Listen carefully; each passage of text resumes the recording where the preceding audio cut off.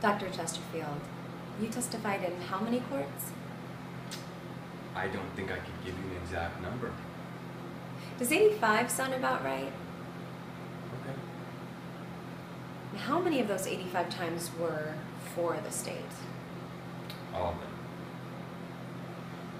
So when Mrs. Weiss says, as she did to me, your witness, what she really means is her witness. Well, the state called me, so obviously I'm a state witness. How many of those 85 times did the state pay you for your testimony? All. And how many times did your findings differ from the state's? Ms. Kapoor, Yes. as a witness to this court, or whoever's witness, my findings are based on medical and forensic evidence. Okay? And I'm as sure as anyone can be that this woman was murdered with that knife. Because that's the only knife that could have caused those wounds? Of course not. Because the knife has both the victim and the defendant's blood on it. Did you hear Mrs. Weiss ask you the total number of wounds?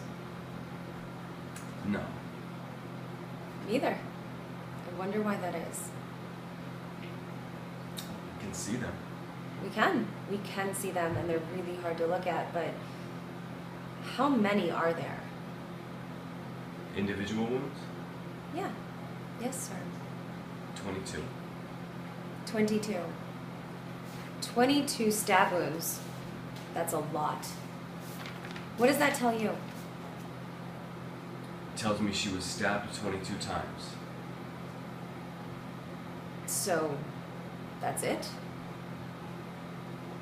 I'm not quite sure what you mean. You do. Such a great number of wounds indicates something, doesn't it? Some would say it indicates a crime of passion. Okay. That it was personal. That the killer had something against the victim. Some would say, but not me. Because I've seen it both ways. And because something indicated doesn't mean it's a fact.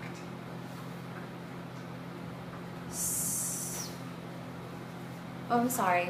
I was just getting my notepad. We're not finished yet. Have you ever made a mistake that sent a man to prison? No.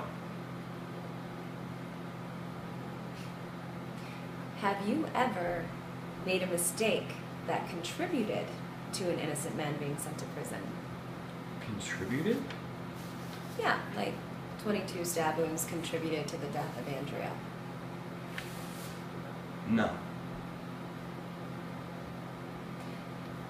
Arthur Metz didn't go to prison because of your testimony at his trial?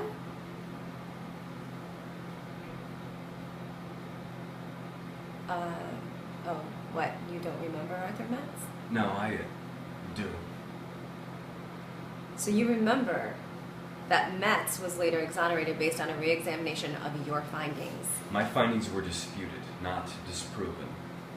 I didn't say disputed or disproven, but whatever we want to call it, Mr. Metz is now a free man.